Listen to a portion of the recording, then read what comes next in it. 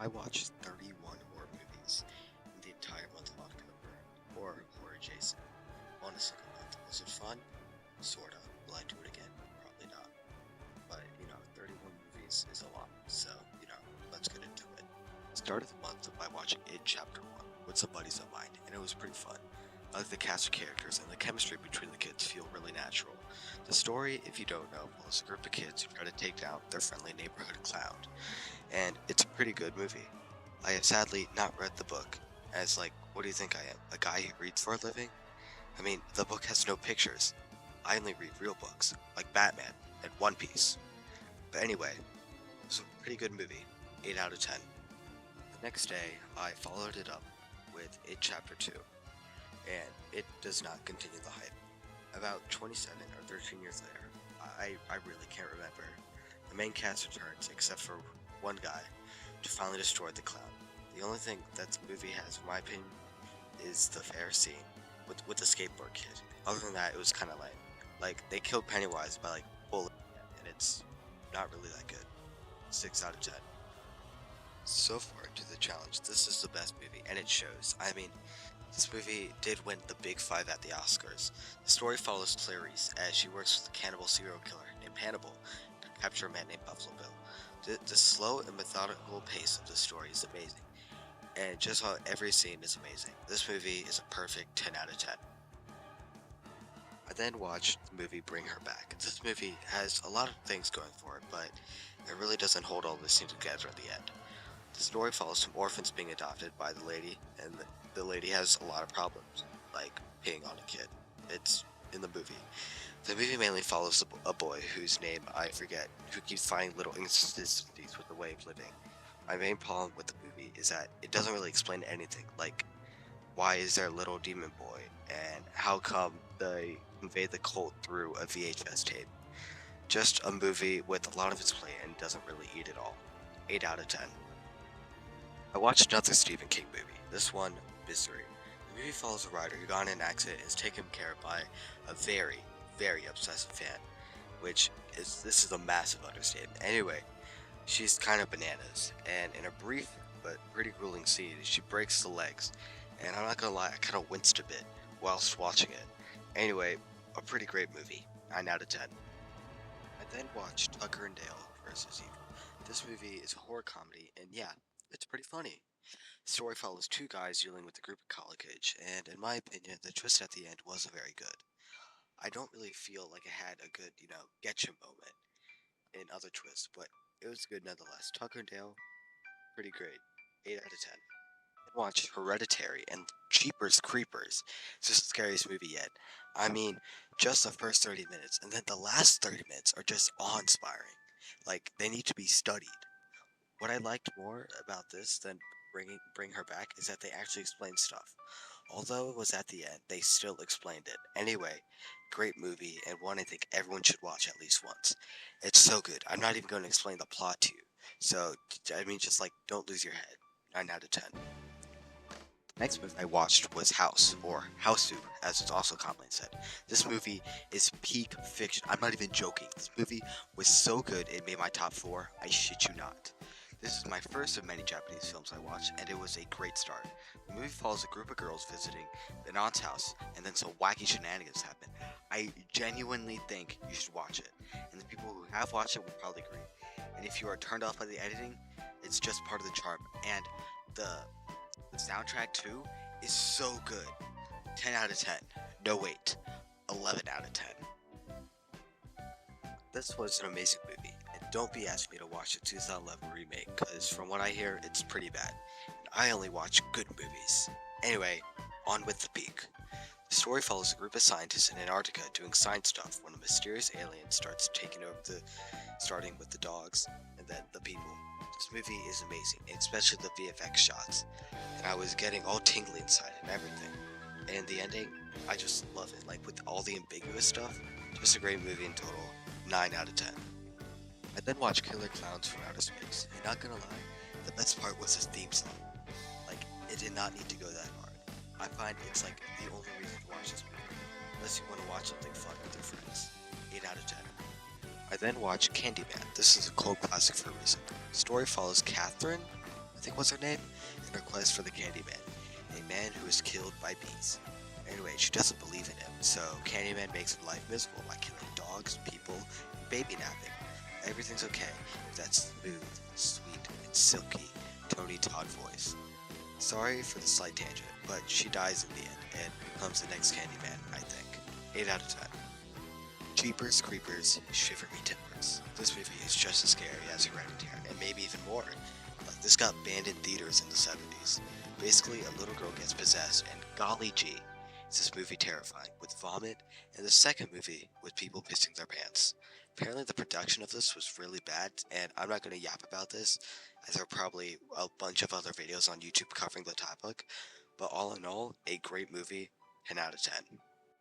I follow that up with Donnie Darko, and this is our first horror adjacent movie. The story is a little confusing, so pay attention. Jake Gyllenhaal dies, but not really. So now there's a conundrum, so the world's gonna end in like 22 days. Basically, Jakey Boy tries to make the best of it by getting a girlfriend, firing a teacher. He then dies, and the world goes back to normal, I think. It was a very confusing movie. 10 out of 10. I then watched another Stephen King movie. I mean, man, like, what's the total for this? I also think this is the first Stephen King movie to be made, and also the first book. Anyway, if you don't know who or what Carrie is, I feel bad for you, but the last 30 minutes are worth the watch of this movie. My only problem is, how come a bucket killed a 6'2" alpha male with a perm? It's very confusing. 8 out of 10. I then watched Perfect Blue. This movie was amazing. This is another Japanese film, so that makes 2. Now, anyway, I'm not going to spoil this, and I don't know many people who've seen it, but please, for the love of God, watch this. It's so good, and the ending had me quaking in my wee little boots. 10 out of 10. Since we were now a little over halfway through the challenge, being this the 16th day, I watched Halloween. And this is the movie that got me into horror when I was a wee little lad in 6th grade. This movie, in fact, was so good that it was my Halloween costume for like 3 years. The story follows young Jamie Lee Curtis and a sexy hunk Michael Myers, duking it out in a really good, for just a simple plot. This movie, I feel like everyone should watch at least once. And before you ask why I didn't make this my last, it's because I'm too impatient and I'm not doing the sequels. 9 out of 10. After watching Halloween, I watched another classic, Nosferatu 1922 one.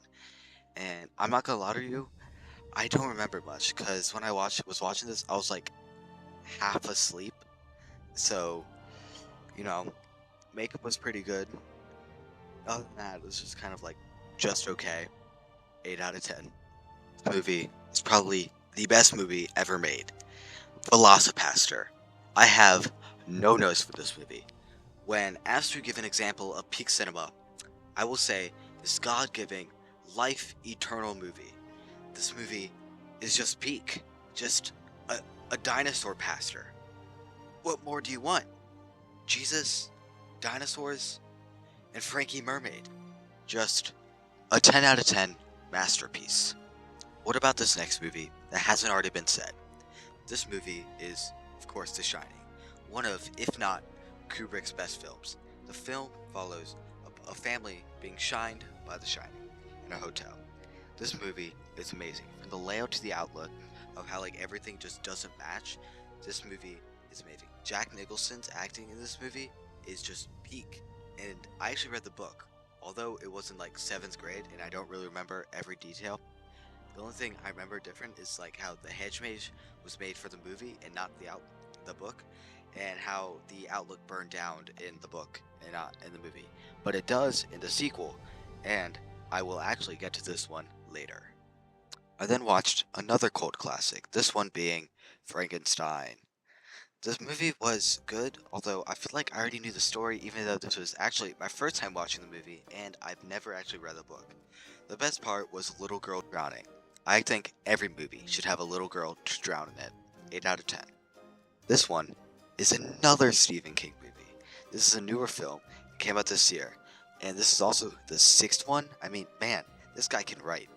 This movie was amazing. With how it's just the pacing, you could just feel every single step. This movie was bone chilling, and the ending was just about perfect. Now, a little side tangent, but did you know the movie Clue, it has the different endings? I actually feel like this movie would benefit from having the Clue endings, as I feel like it'd be awesome to see different characters win, and you could see what they would make as their wish. 8 out of 10. I watched Doctor Sleep, and now this is how you do it as a sequel. I'm actually surprised, as this actually doesn't really have a lot of nostalgia, except for in the beginning and then the other in the end. And it's a really solid story. I actually read this book too, in 7th grade of course, so not a lot I remember, but I do remember I liked it. The story follows an older Danny who suffers from the Outlook, and there's also Shine vampires, so it's pretty cool. Definitely worth a watch. 8 out of 10. Following Doctor Sleep, the next day, I watched Him, and you could definitely tell this is an appeal film, as other people think. It's just like another movie almost. This was instead directed by Justin Tipping. The film, in my opinion, had a really good plot following a boy who wants to be the very best, like no one ever was, and trains with his hero to achieve it. What I don't really get is the ending. I feel like, much like Tucker and Dale, it didn't have that impact moment, and the last scene was just kinda there. Not much really to say. 7 out of 10. After following that, the next day, I watched Nightmare Before Christmas, and I know this isn't a horror movie, but if you asked little old me, I would have said yes. This movie scared the heebie-jeebies out of me, especially that little wheelchair scientist. And you know what? 10 years later, he still spooks me. Anyway, the movie, first of all, the music is amazing. The story follows Jack trying to be Santa, and not really succeeding. I actually didn't remember the ending at all, so it was a shock when they were sending missiles at him. Anyway, peak movie, 8 out of 10. This horror movie was actually had a really cool premise. This is called Good Boy, and although good in concept, it was just okay in execution. The movie is about a horror movie from the dog's perspective, and it's kind of confusing. I think it's a story about getting over loss, as, spoiler alert, the owner dies to some disease and there's a wood monster thing and a hole in the basement. Very confusing movie. 6 out of 10.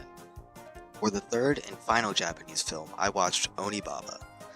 The first 2 acts of this movie were just kind of okay, as it follows a girl who wants to shaboodle some stranger who is a soldier with her dead husband, and the mom to the dead husband doesn't like that. The third act was actually really good, as the old lady stole a samurai's mask and is now haunting the widow, and turns out the mask is cursed and she runs away, and the whole isn't really explained. 9 out of 10. The next day, I watched another classic that I've never seen, The Evil Dead, and for a zombie haunted house movie, it's pretty good. The story follows some college kids going to some cabin, and there are zombies, and the trees are alive. I like Ash. 8 out of 10. In this challenge, I couldn't really decide whether to watch a Friday the 13th movie or a Nightmare on Elm Street movie, and I think I chose the worst option. This movie, in my opinion, is more of a comedy than anything. The premise is of how Freddy can't scare kids anymore, so he calls his good old buddy Jason to do some scaring, and then stuff goes wrong, and besides the fight, it's really lame. Don't watch this movie. Instead, watch Jason Takes Manhattan instead. 6 out of 10. On the 29th, I watched the movie Split. This movie is surprisingly my first to the Unbreakable verse, but because I am chronically online, I knew why Bruce Willis was in the end. The story follows some girls who got kidnapped by some guy with 27 personalities, plus one more for funsies. I don't really get why they kidnapped him, and it didn't really explain it, and the Beast personality was kinda lame, and didn't really live up to the hype. I also have mixed feelings about the ending. 7 out of 10. On Halloween Eve, I watched a movie that was recommended to me a lot, and I could see why. The movie is Eraserhead, and it's pretty good. I didn't understand it all, so I definitely need a rewatch, but it was kind of on me, as I was kind of half asleep while watching this movie. The movie follows a couple having a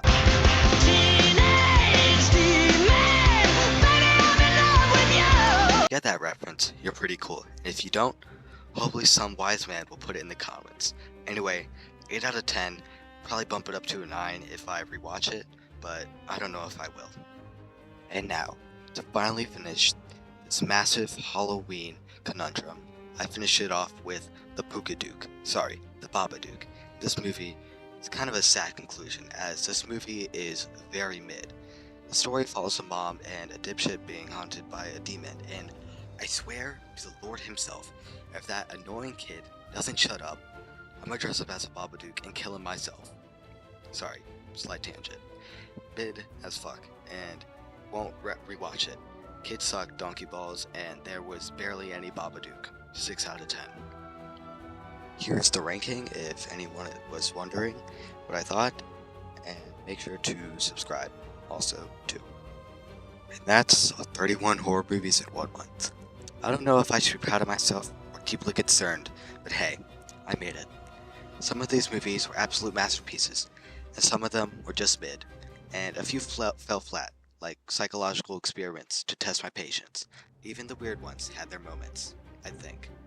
By the end of it, I think I learned 3 things. 1, Stephen King has written way too many stories. 2, Japanese horror is on a whole nother level of what did I just watch? And 3, I probably need to go touch some grass after this, but I don't know. I really like Silksong. Would I do it again? I don't know. Probably not, but maybe. Anyway, it was a wild ride, full of clowns, demons, vampires, whatever a Velocipaster was supposed to be.